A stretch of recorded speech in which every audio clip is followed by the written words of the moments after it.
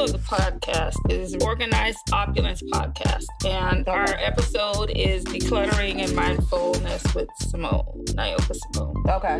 So I just want to say welcome to the podcast. We have discussions here that help busy professionals optimize their lives through health and wellness and organization. I am your host, Cheryl Palmer.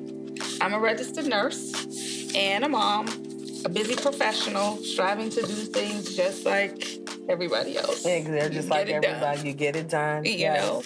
So this is episode 1. The podcast will be debuting on July the 17th, which is a Wednesday. Okay. So I'm glad to have you as the first. I'm the first guest? The first guest. Well, thank you. Thank you. I'm excited about that. I am the first guest on her podcast, and I'm here for all of this. Okay. Yeah.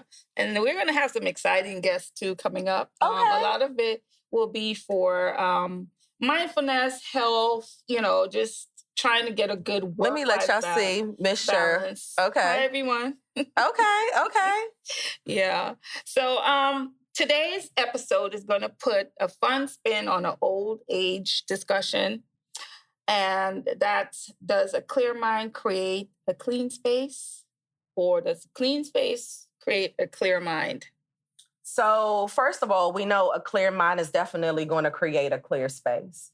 So a lot of times what I've noticed is when I was really into the home decluttering and organizational entity of design, is that a lot of times people's home dictate their mindset. Yeah. Like it shows what type of person they are and how they operate and how they function every single day. Mm-hmm. So if I walk into your home and it's like really messy, things are all over the place, there's no level of organization, it's kind of chaotic, that basically tells me the lifestyle in which you're living. Yeah.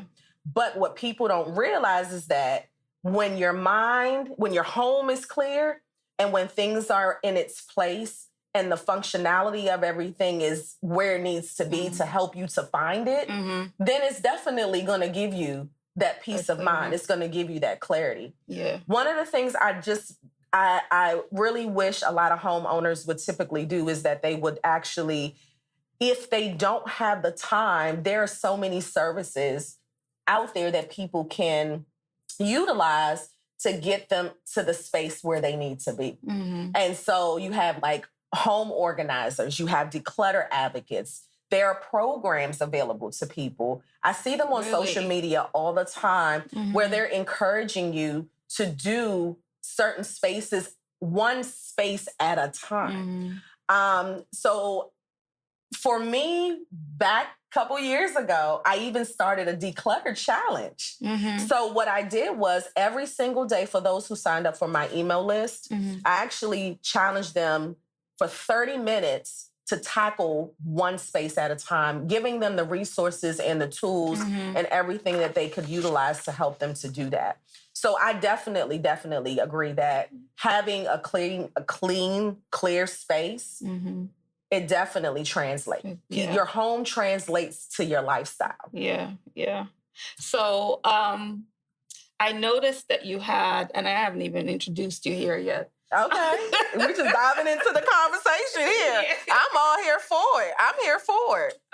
The one thing that I noticed is that you had I don't know if it's a live or a reel that you were showing, but it almost was like a series. You were helping somebody in their home. They didn't want to be identified. Oh my God. And you showed us the before. I don't think I got a chance to see the after, but I can only imagine, because even for myself, I get really turned around when stuff is not where it's supposed to be. It's just... Yes. This particular client literally had like 50 bottles of Victoria's Secret shower gel, like 50 bottles of shower gel. She had 25 bottles of lotion. She had, it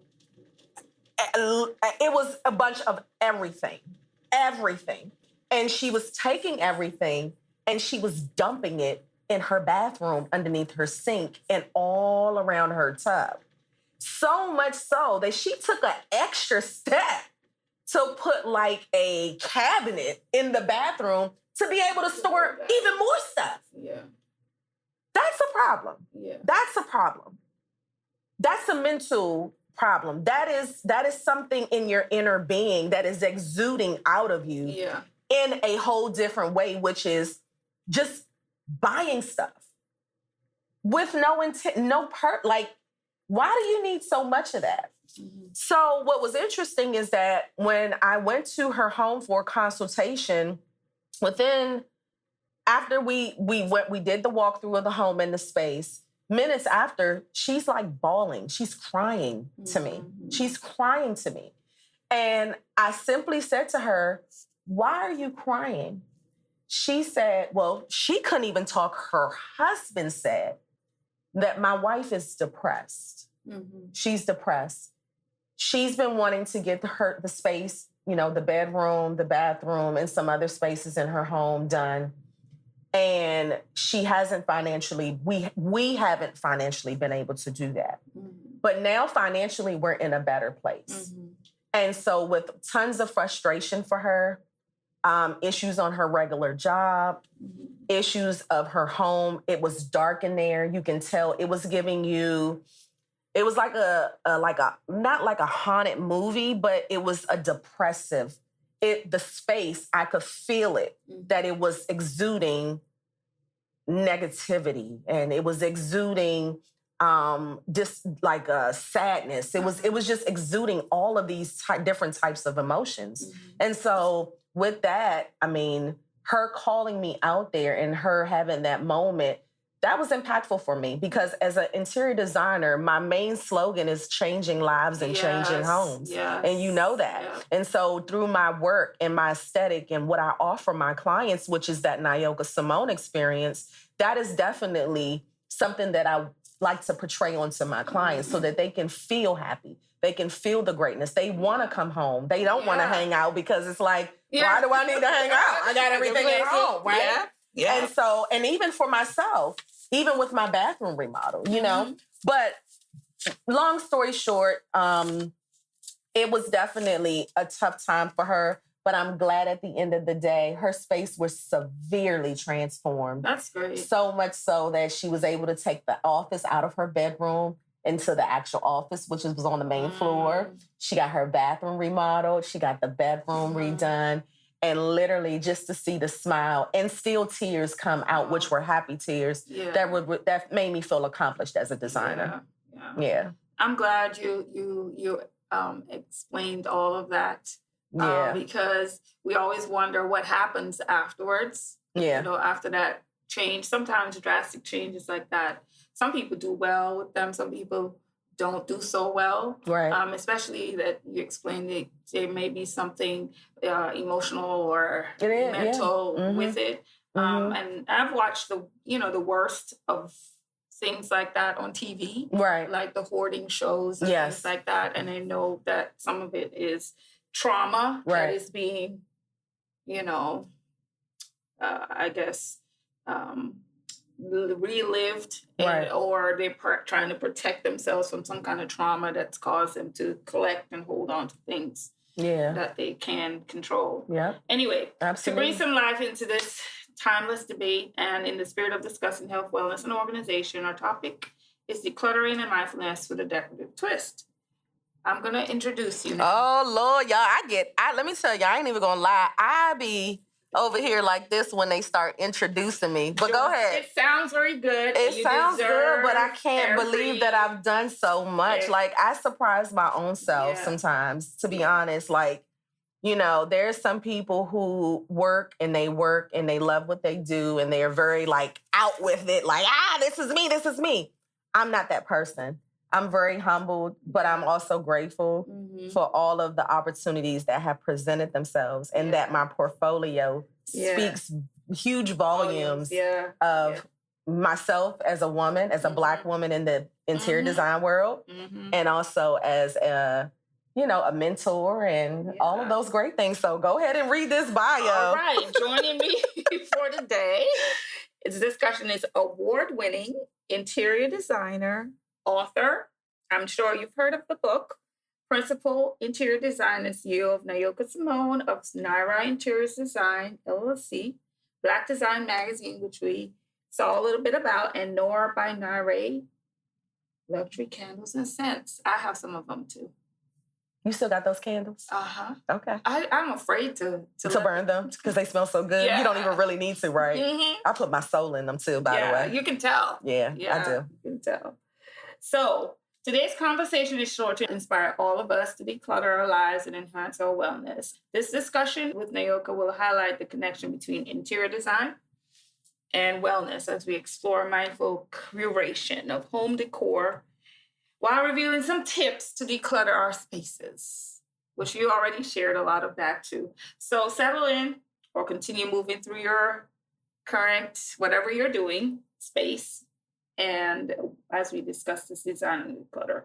So thank you for joining me today, Nayoka. You are so welcome. No place I'd rather be. Oh, thank you. Been with Miss Cheryl. So you are what's called a multi-hyphenate. I had to go research that word. What's the word? A multi-hyphenate. A multi-hyphenate. Do you guys know what a multi-hyphenate is? I'll read it. I need to hear the definition, the definition that I did not make up. Okay. A person, especially a celebrity, with several professions or skills. That's not accurate. Someone who does several different jobs, especially in the entertainment industry.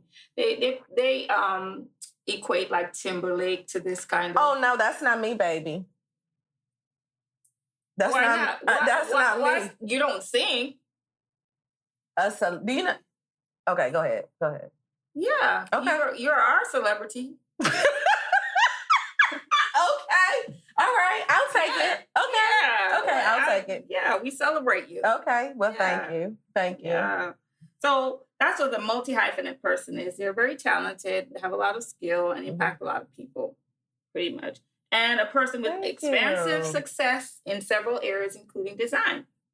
Whether you're doing interior design or corporate spaces and the residential spaces, curating design for experiences and events, designing luxe-scented products, or helping others to design their lives and careers, you are a designer through and through. Yes, I am. Yeah. Your God-given gift. I have a God-given gift as a designer. Yeah. I do. So to enter into the conversation, can you tell us your definition of design and share what inspired you to venture into interior design? So I'm going to answer the second question first. Okay. So what got me into interior design actually is after a divorce. Mm-hmm. I had, after being married for 13 years, I went through a divorce. Mm-hmm. And during that divorce, I ended up moving. Mm-hmm. So I moved into my now home. Oh. And I was looking in there like, wow, what the hell am I going to do with this space? Because I knew that my previous space, I did things that I loved, but I wasn't a designer back then. Mm-hmm. So I think a lot of it came from me exuding my emotions in shopping for my home. Oh. And so I'm a people person. You guys know I am a big people person. I love all people. Hey, Miss Yvonne. I love all people. And so I entertain at my home a lot. I have a lot of friends. And so I started doing some things little by little in my home. It wasn't the best now that I'm thinking about it, but hey, it worked, girl. And it looked cute. It made you happy. And it made me happy. So it was really cute. Yeah. And so I was just going to places like Pier 1 and, Home Goods. Remember Pier 1? Mm-hmm. Home Goods and stuff like that. And like Burlington and, Z Gallery. Mm-hmm. And just like going to different places to find the things that made me happy that I wanted to see each and every day in my home. Mm-hmm. And so by doing that, I had no idea that at that time I was actually designing the lifestyle that I wanted to live. And so by my friends and people coming over and they're like, girl, every time we come over here, you doing something different. It always looks so cute in here. Mm-hmm. You should be an interior designer. Mm-hmm. I said, hell to the goddamn no. And the reason being was because I was like, people can be difficult. I don't want to do something for someone and they be like, I hate this and and I'm just, my feelings be all hurt or anything like that. I just didn't want to go through, I guess a part of it was the rejection of someone not really liking what I would do. Yeah. And so that was the segue kind of into me becoming a designer and having a conversation with one of my girlfriends who was like, well, you know what? I just moved into my house. Won't you do my house? I was like, are you serious? She was like, yeah, I'll give you my Home Depot card. I'll give you my Home Goods card. You can go to Marshall's. Mm-hmm. Here are my cards. I said, well, what can I do in here? She said, whatever you want to do. Oh, wow. So that was the start. Mm-hmm. And to me, to this day, I still thank that friend because we have friends, but when it's something that's our vision, it's only something we can see. Yeah. And so not everybody will buy into the vision that we have for ourselves because they can't see it. Yeah. But she did. And she knew that I guess within her, she knew that investment in me and what I was desiring to do, that she would help me to get a head start. Yeah. And that was the start. Friend. That was she is a phenomenal friend. Yeah. And so she gave me a canvas and she gave me the funds that I needed to buy. Because at that time I didn't know what stuff cost and how to do certain stuff. I didn't have contract agreements, and I mean, I didn't have anything when I started this career. I had nothing. I just decided that I was just going to rely on God. That if you telling me that I need to be doing this, then you also need to be giving me the people, the resources, and everything that I need to become this fantastic interior designer that you're telling me I'm about to become. Yeah, and that's exactly what he did. Yeah, and you believe the vision. You have to kind of believe what your vision is. I more than believe it. I exude it. I have faith in it. It is who I am. It's who I will be. And I will do nothing but get better and better as I continue to do this every day. So as far as interior design and how I view it as a happy place. It's just so transformable. It's like it can transition into so many different things. But you know what I hear, though? What do you hear? I hear that you turned a negative situation into a positive situation. I did. I really did. I went through a lot, especially becoming a single mom of two beautiful girls. Yeah. And having to navigate that because I was young when I had my kids. My first daughter, I had her when I was 18. So what does an 18, 19-year-old know about raising a child? Yeah, and there's no handbook to becoming a parent. There's nobody and nothing that shows you what you should do, what you shouldn't do, how you... But I will tell you, growing up, I mean, again, me being from Kingston, Jamaica, but trust and believe culturally, we have a certain way that we raise our kids, right? And so... No giving up. No giving up. Giving up is not even an option. And working more than 1 and 2 jobs to do is what you need to be doing. And so I utilized just the foundation of how my mom raised me. Yeah. And I just took bits and pieces and I just did my absolute best to raise them. Wonderful kids. I have beautiful, they are doing fantastic. Yeah. Yes, they are doing, I'm so proud of them. Yeah. So proud of them. Yeah. So it sounds like you've been designing throughout your life. Your definition certainly shows up in your businesses of interior decoration. I see in your home inspiration, decoration, and interior design. While on social media, the internet is filled with decorative ideas, designs, designers. Yes. One of the things that set you and your work apart is the way you show the public how interior design intersects with so many different services, product descriptions, to the spaces you decorate, so many aspects, including wellness. You really show the spaces we live, work, and play in. You connect to us and our well-being. I don't think I do. You do. Sometimes I honestly have to say, because, I like to, because you never know what I'm saying. It may resonate with someone else who portrays to be this, but they're really struggling to some degree or to a level. And I will say that for me, showing up on social media is challenging.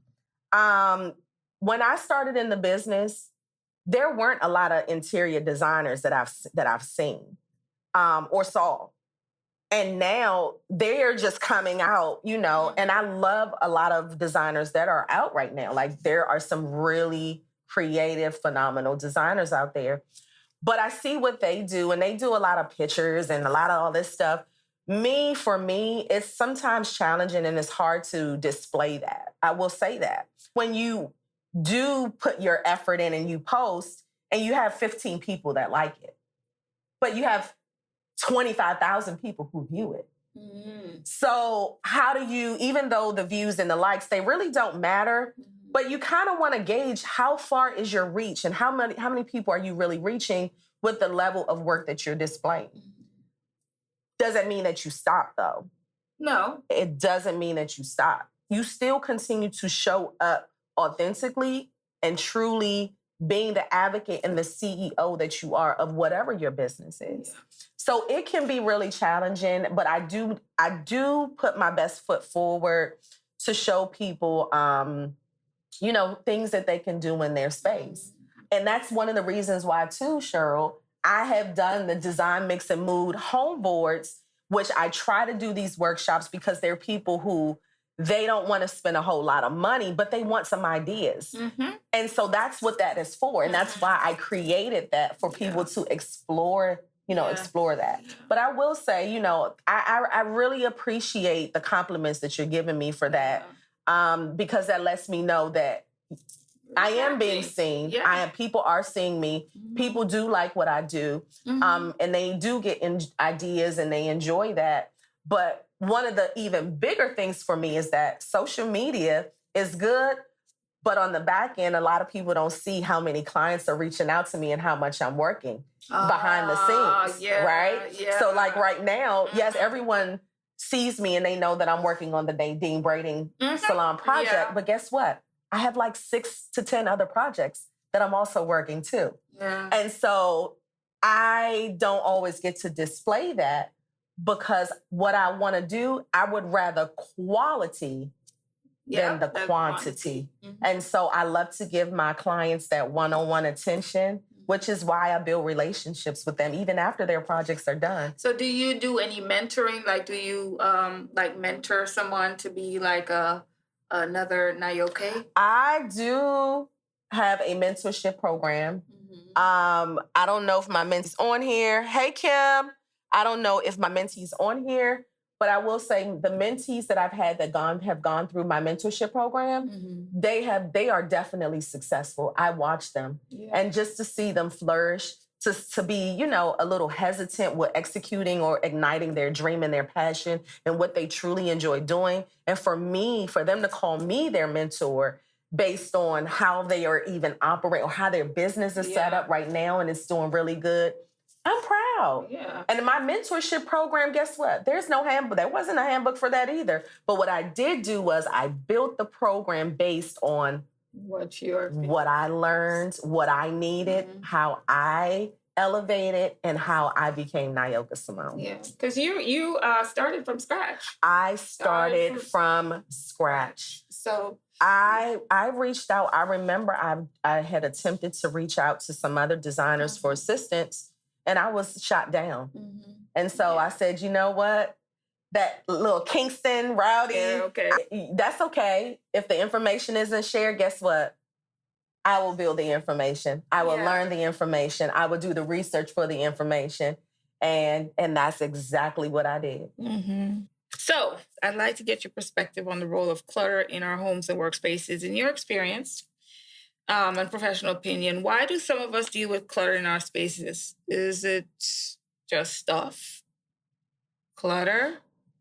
Or reflection. I think we talked about that a little bit earlier, or something deeper. Yeah. So in your experience, is most people just busy?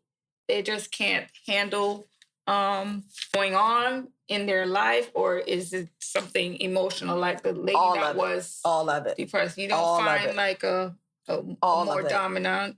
No, it's not at all. Like there's some people who, when they are not in a good headspace, or if they're not emotionally feeling good, what do? They go shopping. Life is lifing. Mm-hmm. We went through a really hurtful, emotional pandemic. Of course. And so that really hit a lot of people. Mm-hmm. So much so that there's still people who don't even like to go outside. And so that becomes a part of their mental state. So if you are already hesitant and reluctant to go out, and you're in the house, what are you doing? You probably buying. Do people value themselves enough to want to invest in living a better, clutter-free lifestyle? That's $sign on having a clutter-free, organized, beautiful lifestyle. Mm-hmm. You shouldn't. You shouldn't. So does having clutter necessarily mean or prevent somebody from enjoying their interior design? You have to fix the clutter first in order for you to come in as an interior design and do whatever the design work that you need to do. Mm-hmm. Is that normally how you approach it? Or do you just, do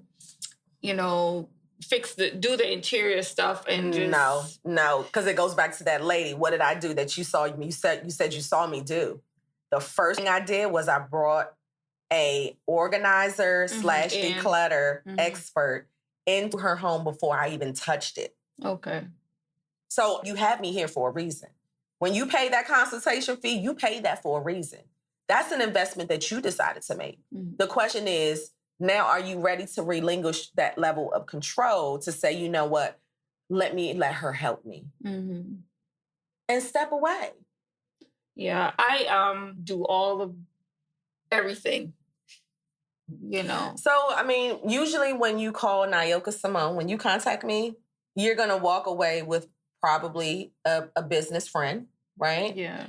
You're going to walk away with an amazing space, right? Yes. And all you had to do in that entire process is do what? Say yes or no to the options and stuff we give you. Yeah. The design aesthetics that we create for you, right? Mm-hmm. And for you to pay that invoice, you get to sit back and you get to relax and you get to enjoy the fruits of your labor, which is those hard-earned dollars that you're investing in me. Mm-hmm. I'm going to reverse it and put it back on you to make you live comfortably. Yeah, well, that's a great thing, a great feeling that I've gotten from you so far. Mm-hmm. I love your signature custom wall and the way you incorporate the color with nature into spaces. Mm-hmm. I like that. I think that I love color because of my Caribbean roots. It's living life in color. We explore life. We do so many different things. It's like, why blend in with everyone else? Mm-hmm. Do something that exudes who you are, what you like, and that type of thing. So that's why during my design mix and move, a chart that talks about the personality that comes behind the colors, the emotions that come behind those colors. And that's something I feel like people don't really know. Yeah. It's kind of like, okay, yeah, my favorite color red, but why is it red? Because it's bold, okay, but they have bold blues. Mm-hmm. Not really understand how they all align with who you are as a person. Mm-hmm. And so I try to also teach like the mood, the mood boards and stuff. Anything that particularly inspires you to incorporate lighting, nature, and color into your interior design? Yes, traveling. That helps me to reset. Mm-hmm. And it helps for me to be able to serve the way I need to serve, the way God wants me to serve. And so I just navigate like that. That's where a lot of my inspiration come from. So, of course, even in South Africa, I got a lot of inspiration from South Africa. And then I got, I get inspiration from Jamaica. I've traveled to Bali. Bali's inspired me. And so those are places that really help me to get ideas. My heart and my brain and my team and I, we just kind of get together and we just put things together. I have some of the most amazing people here. You're on your team. Oh my! That's nice. I'm like, there's no way that I can do what I do without my design assistant, my sourcing and purchasing manager, my contractors. I don't do it alone. How did that journey start? Because, I'm starting out my podcast now, and, I've attempted this before. I actually have another podcast that I did one, for being a professional nurse. So it's on nursing stuff. My W-2 work, does not. I work a full-time job. Oh. Yeah. I've been on my full-time job for 29 years. Oh. Yeah. So I have a full-time job. If I can do it, anybody can do it. Yeah, that's amazing. And I run all of these multitude of businesses and oversee a lot of different people. So yeah, that's amazing. It's not easy. Multi-hyphenate. It's not easy. It's not easy. It's not easy. But you look good. I be trying to do a little something. So it must be a good feeling. I think when you love what you do, it doesn't like work. Yeah. Yeah. Yeah. All right, so touched on an organization a bit in our decluttering discussion, but as a professional designer, parent, and true entrepreneur, how do you stay organized? So Sundays is usually my reset days. So on Sunday, I plan my week. Even during the week, what I would do too, sometimes I'll just leave a job site, make sure everybody's good, and I'll just go to the park and sit by the water. It's critical for me to have that work-life balance. And in order for me to be able to do that, it comes with a lot of planning and it comes with a lot of being intentional with carving time out for me. So do you plan far in advance as far as time for you?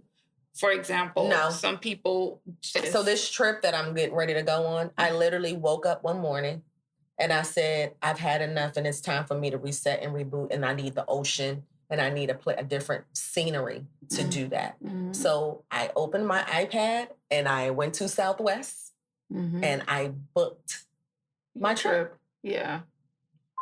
That's the thing that I love, is that growing up, my mom has always been a multitasker. And she's been able to do multiple things, but still take care of her children. And I think watching her, my grandmother, and my uncles do that, I always been able to kind of balance. So I balance the things that I want to do for me, and then I balance the fun things, and then I balance the work things. So you do that in that order? Or those are the top three things. Okay. All right. Speaking of approach, I like to have fun with all the guests. I'd like you to play. I'm asking this one short question. Activity to round out our conversation and shed more light on your approach to design. I am going to pose the question, what would you do? What would you do if a busy professional approached you complaining about their wellness and shared that they had a cluttered home office or space?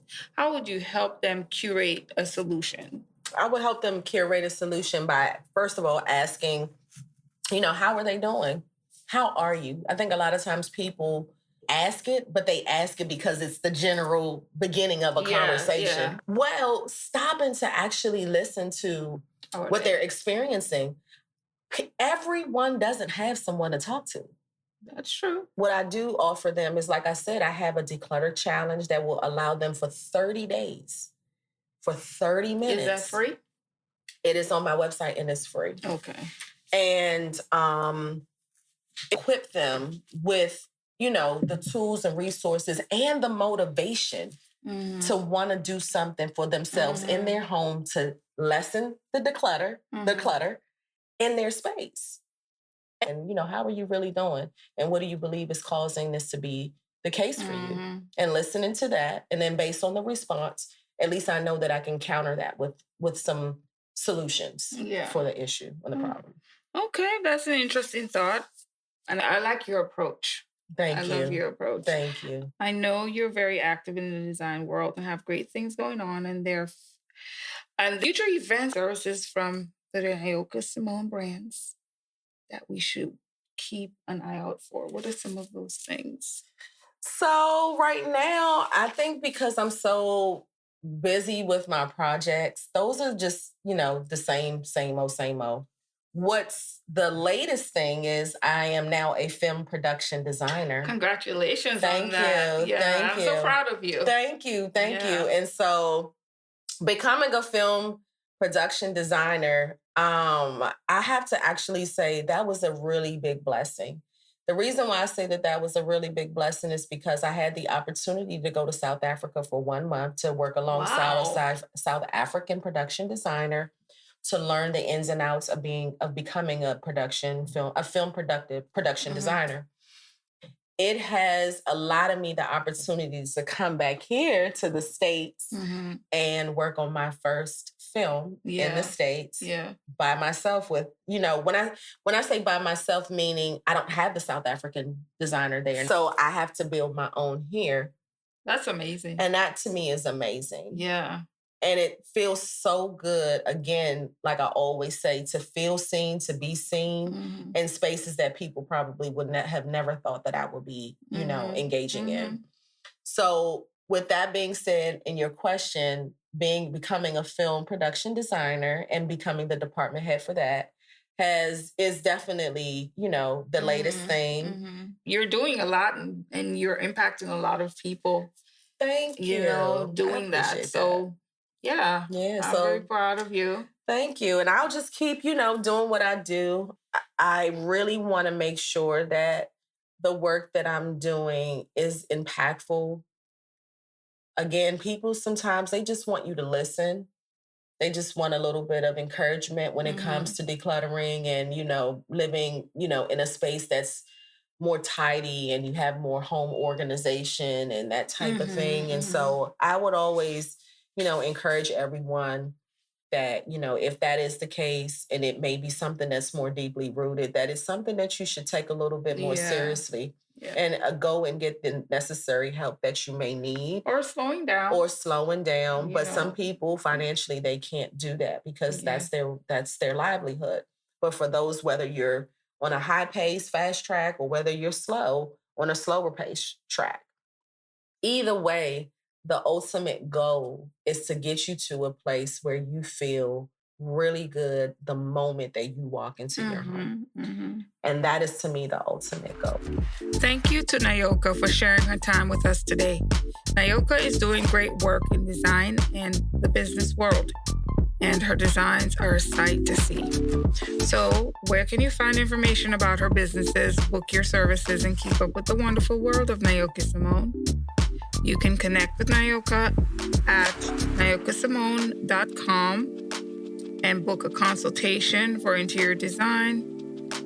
You can also shop her luxe scents on Noir by NyRai.com.